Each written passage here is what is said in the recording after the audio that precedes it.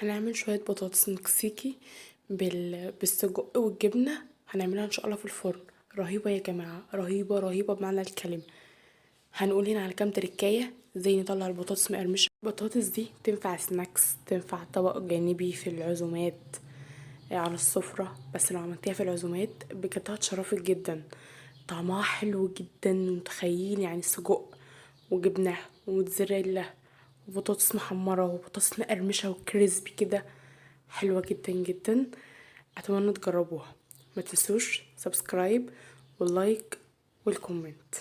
سيبوا الفيديو ده كويس لان الوصفة دي اصلا مش هتشبعوا منها لو جربتوها. معلقة تكر معلقة تكر معلقة، حلوة جدا وبسيطة. يلا بينا نسمي الله ونشوف مقاديرنا. بص بقى، بشوية المقادير الصغيرين دول قدرنا نعمل العظمة اللي انتوا شفتوها في اول الفيديو.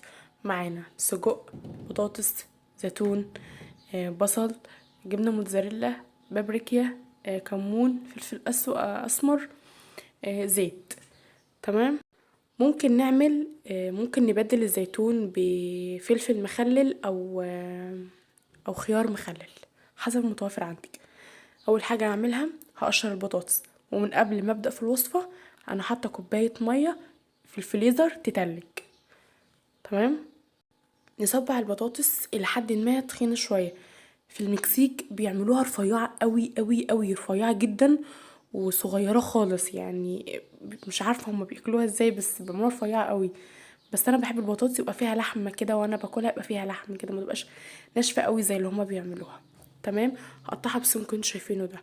هجيب الميه اللي بتلج احطها على البطاطس 5 دقايق عما الزيت يسخن، الزيت يكون سخن جدا. طيب انا حطيت الميه في الفريزر ليه؟ علشان الميه المتلجه بتساعد البطاطس ان هي تقرمش وان هي ما تشربش زيت، ودي اهم حاجه في الوصفه. عايزين بطاطس كريسب قوي ما تكونش شاربه زيت. بعد كده هجيب طاسه هحط فيها ماده دهنيه، يعني انا افتريت في الزيت بصراحه، بس انتي حطي شويه زيت صغيرين. ونحط السجق او اللحمه المفرومه. بديل السجق هنا هم في المكسيك بيعملوها بلحمه مفرومه، بس انا حبيت اجربها بالسجق. السجق منبهر قوي وانا بحب طعم السجق. اول ما السجق يكرمل كده او يبدا يغير لونه هقسم الطاسه نصين وهقلب البصل لوحده. المفروض ان البصل ده يبقى لونه بني، ما يبقاش ابيض زي اللي طالع معايا كده. بس انا علشان كنت مستعجله يعني وكده، هو بصراحه لونه قلب بني بعد كده لما دخل الفرن.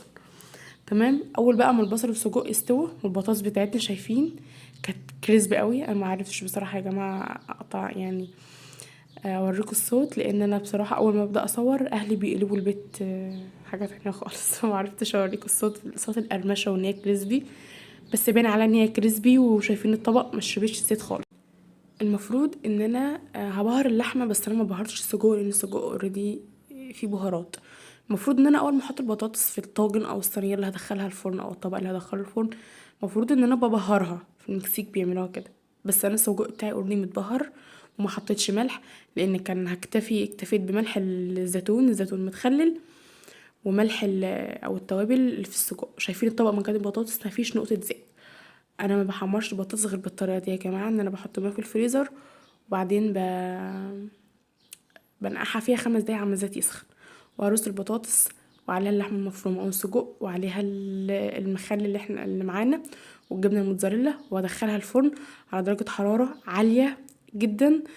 يعني درجه حراره كده 200 من فوق بس، مش هشغل الفرن من تحت خالص، واسيبها لحد ما الوش كده ياخد لون والجبنه تسيح وبس. الوصفه خلصت يا جماعه. شايفين مكونات سيمبل خالص وبسيطه طلعت لنا العظمه اللي انتوا شايفينها دي بقى، والجبنه بتمط.